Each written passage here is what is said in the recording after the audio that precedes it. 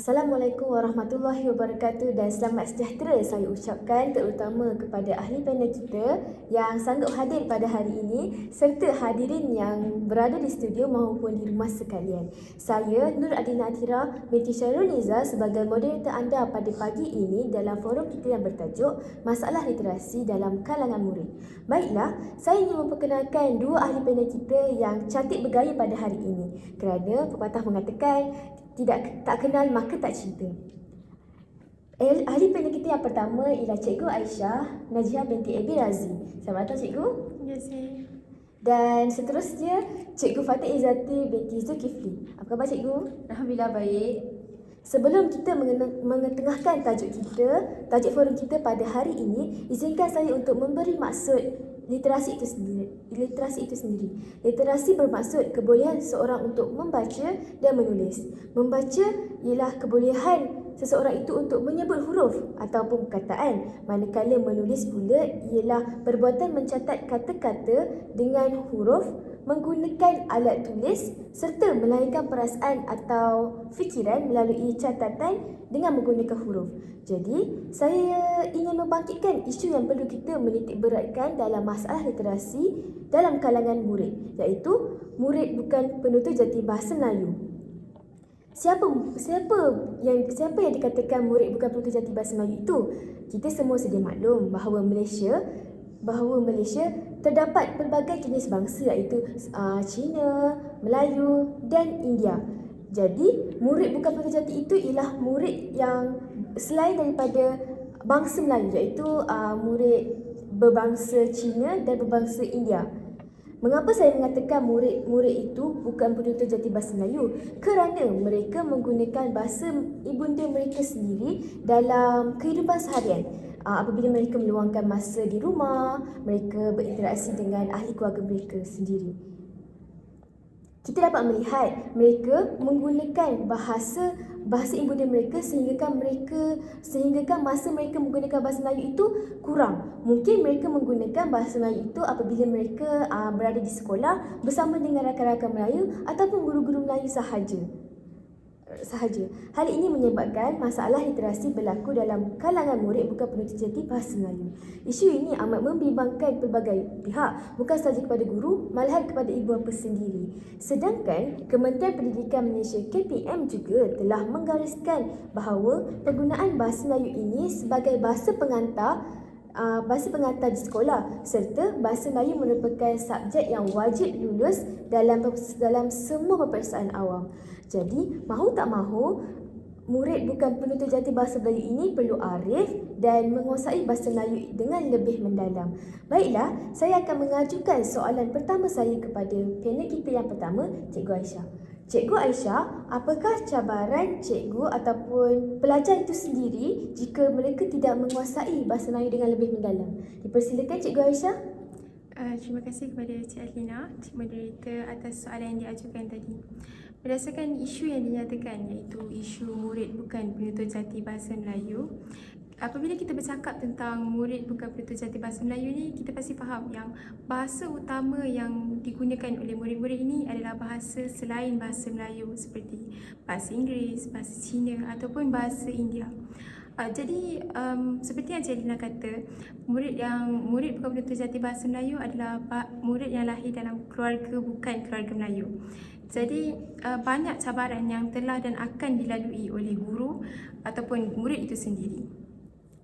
Jadi cabaran yang akan dihadapi oleh guru adalah guru mengalami kesukaran dalam mengajar literasi kepada murid-murid bukan penutur jati bahasa Melayu ini kerana mereka mempunyai pengaruh bahasa ibunda yang cukup kuat dalam diri mereka.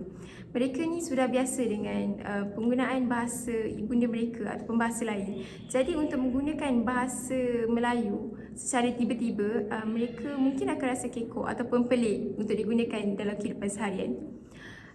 Keluarga mereka seperti ibu bapa, abang, kakak memainkan peranan sebenarnya dalam menjadi masalah dalam masalah literasi anak-anak mereka, kerana yang mula menggunakan bahasa ibunda ataupun bahasa Inggeris di rumah adalah keluarga mereka sendiri. Sesetengah ibu bapa ada yang tak tahu langsung bagaimana untuk berbahasa Melayu. Jadi apabila murid-murid ini berada di rumah, mereka tiada teman untuk berbahasa Melayu, untuk berlatih ataupun menggunakan bahasa Melayu di rumah. Jadi penggunaan bahasa Melayu oleh murid-murid ini terhad, hanya digunakan ketika berada di sekolah sahaja. Jadi katakan mereka sudah mahir sesuatu di sekolah, mereka sudah mahir membaca katakan, dan mereka mempunyai cuti panjang.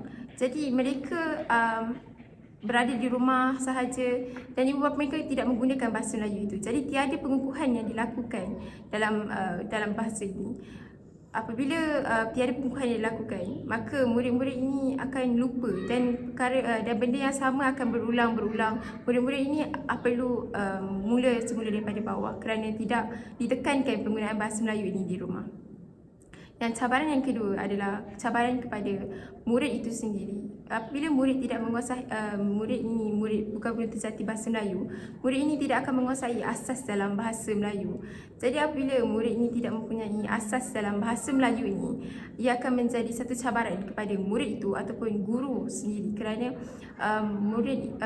murid itu mempunyai banyak masalah seperti kurangnya penguasaan dari segi kosakata ataupun perbendaharaan kata. Jadi apabila murid yang kurang kosakata dan perkara-perkara seperti ini, murid mungkin akan berasa tersisih kerana mereka tidak boleh berkomunikasi, berinteraksi dengan rakan sekelas ataupun dengan guru itu sendiri. Jadi mereka akan mungkin ketinggalan di belakang. Disebabkan kurang kemahiran dalam berbahasa ini juga, mereka akan mempunyai perasaan malu ataupun segan untuk bercakap dalam bahasa Melayu kerana mereka takut ada salah silap dalam mereka berbicara, akan diejek oleh rakan-rakan mungkin. Jadi apabila mereka mempunyai perasaan segan, malu ni, murid-murid ini akan kurang bercakap. Jadi bila murid kurang bercakap, guru ni akan mempunyai masalah untuk lihat sama ada murid itu berkebolehan ataupun tidak dalam berucap di dalam kelas dalam bahasa Melayu ni. Lagi pula sekarang negara kita telah menjadikan penilaian guru sebagai sebagai pengganti kepada peperiksaan.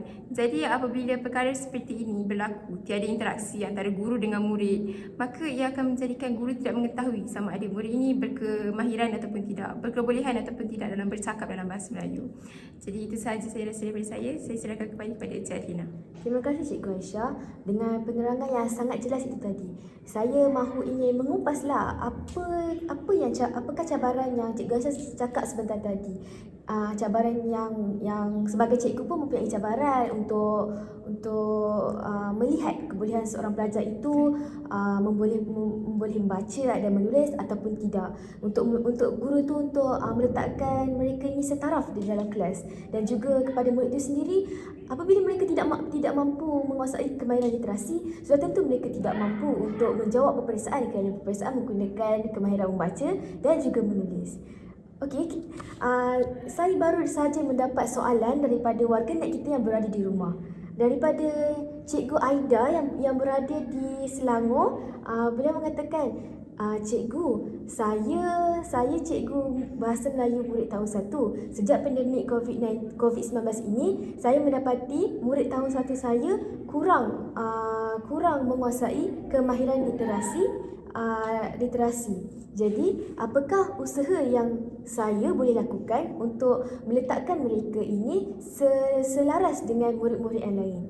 Okey, jadi saya akan mengajukan soalan ini kepada Cikgu Fatin. Dipersilakan Cikgu Fatin. Okey, bismillahirrahmanirrahim. Terima kasih atas soalan yang diberikan. Soalan yang diberikan oleh Cikgu Aida. Okey, Cikgu Aida tanya tentang apakah cara untuk mengatasi masalah literasi dalam kalangan murid. Jadi saya nak kaitkan jugalah dengan isu kita yang utama yang berkaitan dengan masalah literasi dalam kalangan pelajar bukan penutur jati bahasa Melayu. Baiklah, dekat sekolah saya, kita ada jalankan program lah, merupakan ni adalah salah satu inisiatif sekolah dan juga guru-guru untuk meningkatkan lagi kemahiran literasi dalam kalangan pelajar. Okey, nama program ini dipanggil sebagai program mentor-mentee. Okey, program mentor-mentee ini kita melibatkan semua pelajar, tahap 1 dan juga tahap 2. Dan setiap kumpulan itu kita akan bahagikan secara rawak, di mana ada pelajar yang lemah dan juga ada pelajar yang cemerlang. Jadi biasanya pelajar yang cemerlang tu kita memang kebanyakannya adalah pelajar tahap 2. Itu darjah 4, darjah 5 dan darjah 6. Mereka darjah 1, darjah 2, darjah 3 ni mereka masih bertatih dalam membaca terutamanya dan juga kemahiran menulis. Jadi kita sebenarnya sebagai guru ni kita ada agihkan kumpulan dan setiap kumpulan itu akan diketuai oleh pelajar tahap 2. Dan guru akan menjadi facilitator, di mana mereka ini diselia, diawasi dan dibimbing oleh guru itu sendiri. Macam mana program ini berjalan? Program ini berjalan dengan tahap 2 yang mahir membaca itu akan mendidik dan akan mengajar tahap 1 yang lemah itu tadi. Jadi dekat situ sebenarnya kadang-kadang ada murid ni bila dia kurang pembendaharaan kata, mereka ni malu nak bercakap dengan cikgu. Jadi cikgu ni sendiri dalam kelas menyebabkan pembelajaran itu akan jadi pembelajaran pasif. Jadi guru pun ada cabaran dia nak melihat macam mana kita nak menilai murid itu. Jadi kita ambil inisiatif lah untuk menggabungkan antara pelajar dengan pelajar. Jadi mereka akan kurang segan. Okey, akak akan ajar adik. Okey, adik macam ni cara baca. Jadi kat situ sebenarnya kita dapat eratkan hubungan sesama pelajar. Okey, mungkin kita kurang aktiviti melibatkan keseluruhan pelajar. Jadi melalui aktiviti program mentor-mentee ini sendiri mampu untuk mengeratkan hubungan mereka. Bukan itu saja, kita dapat memupuk semangat kepimpinan dalam kalangan pelajar tahap 2. Okey, tahap 2 ni akan adik macam ni cara baca. Okey, kalau ada salah ke mereka akan ditegur. Jadi dekat situ kita dapat pupuk benda-benda macam tu. Jadi bukan itu saja, kita sebenarnya sebagai guru kita nak lihat sebenarnya bila kita cakap pasal penutur jati bukan bahasa Melayu, mereka akan segan. Tapi dekat sini kita gabungkan semua bangsa Melayu, Cina, India kita gabungkan. So jadi kita dapat memupuk semangat perpaduan dalam kalangan pelajar itu sendiri. Baiklah, bila kita pada hujung bulan cikgu akan menganalisis dan melihat peningkatan ataupun prestasi kanak-kanak tu, prestasi murid itu sama, meningkat atau makin teruk. Jadi kita bila ada pelajar yang meningkat tu, alhamdulillah kita adalah memberikan impak yang positif dan kita akan teruskan lagi mereka dalam kumpulan yang sama.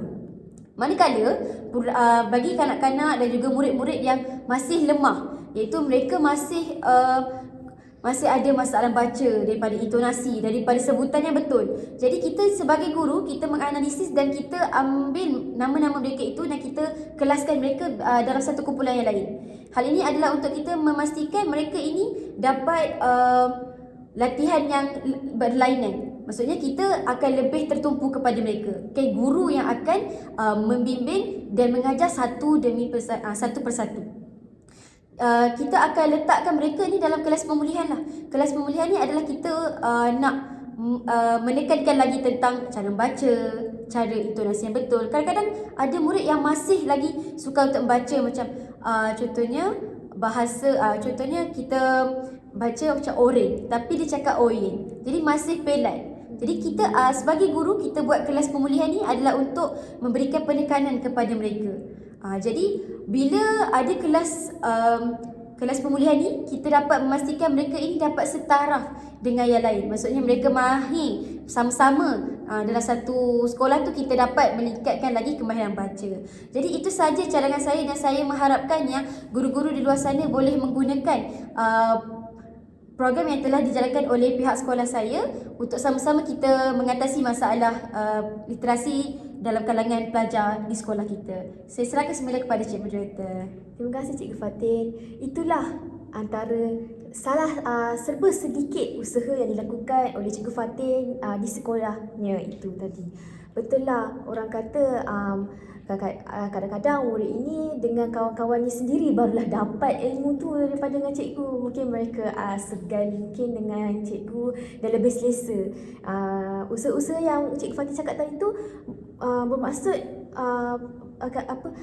program matematik ni bukan dilakukan secara formal. Dia berlaku secara di dalam luar Santai. kelas. Santai bersama dengan rakan-rakan sebaya mereka. Jadi mereka akan lebih terbuka untuk mempelajari, memupuk minat mereka dalam membaca dan menulis. Jadi kita sudah hampiri di babak yang terakhir, dan saya ingin mengucapkan jutaan terima kasih kepada Cikgu Aisyah dan Cikgu Fatil yang sanggup mungkin datang daripada jauh, datang ke sini untuk mengadakan forum kita pada hari ini. Saya, moderator anda, ingin memohon ampun, maaf dan silap sekiranya saya ada terkasar bahasa menggurus hati warga yang berada di studio maupun di rumah. Sekian, saya akhiri forum kita dengan wabillahi taufiq wal hidayah. Wassalamualaikum warahmatullahi wabarakatuh.